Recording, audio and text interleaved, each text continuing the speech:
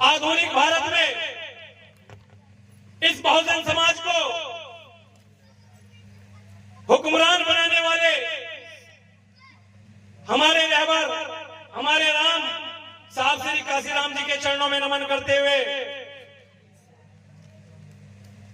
प्यारे भाइयों और बहनों, आज जब इस देश के अंदर कहीं पर भी किसी भी कोने में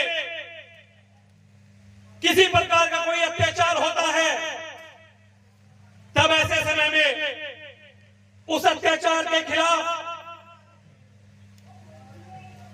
इस सरकार की आंखों में आंखें मिलाकर बात करने वाले भाई एडवोकेट चंद्रशेखर आजाद को अपना आदर्श एवं नेता मानते हुए मैं आपको जय भीम पेश करता हूं, नीला सलाम करता हूं। सम्मानित भाइयों, अपनी बात रखता हूं। सबसे पहले तो आज ये जो महान सत्संग इस ग्राम मुल्लावाला की धरती पर हो रहा है, मैं आप लोगों को इसकी बधाई देता हूं। और हम लोग धन्य हैं कौम के लोगों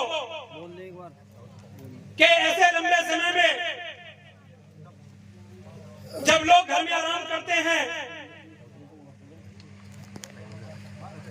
इतनी उम्र में जब लोग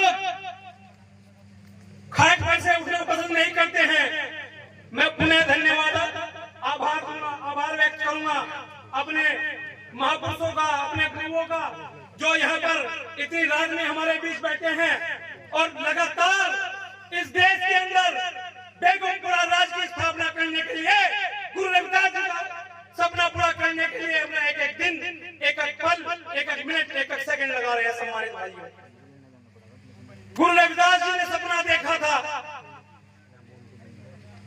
बेगमपुरा राज की स्थापना का। वो बेगमपुरा का राज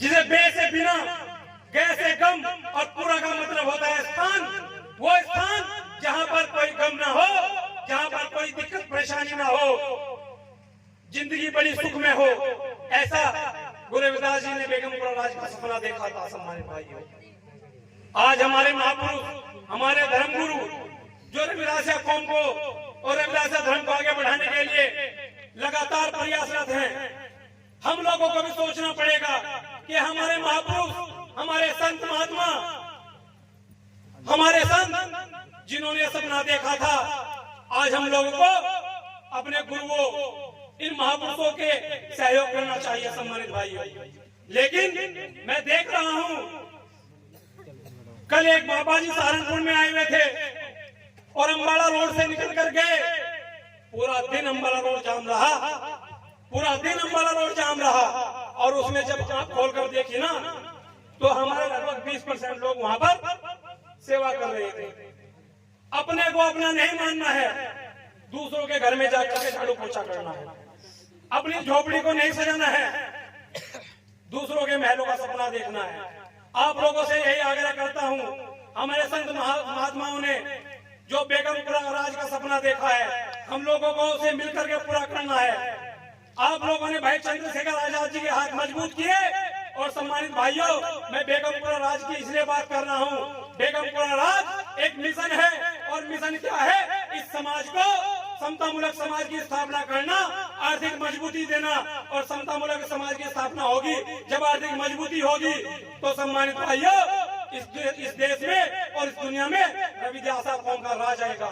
मैं उस राज की बात कर रहा हूँ। सम्मानित भाइयों, उस रास्ते पर चलते हुए भाई चंद्रशेखर आजाद जी जब संसद में पहुंचे, तो अब से पहले हमारी प्रतिदिन की आय 473 रुपए थी, लेकिन भाई चंद्रशेखर आजाद जी ने देखा कि मेरी कौम बहुत गरीब है, रोज कुआं खोदती है, रोज पानी पीती है। तो सम्मानित भाइयों, उन्होंने देखा महंगाई बहुत बढ़ गई है, तो संसद में आवाज उठाई कि रोजाना की प्रतिदिन की जो है मजदूरी, वो दैनिक वेतन वो जो है 700 रुपए प्लस होना चाहिए।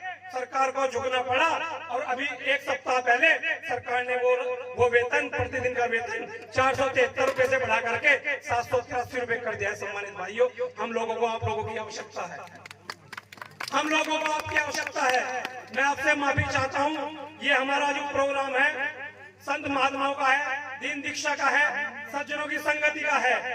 परंतु ये बात कहनी बहुत जरूरी थी। आपके बच्चे हैं, ये आपके युवा लोग हैं, ये जो संगठन है ये आप ही का है। आप लोगों की हमें आवश्यकता है।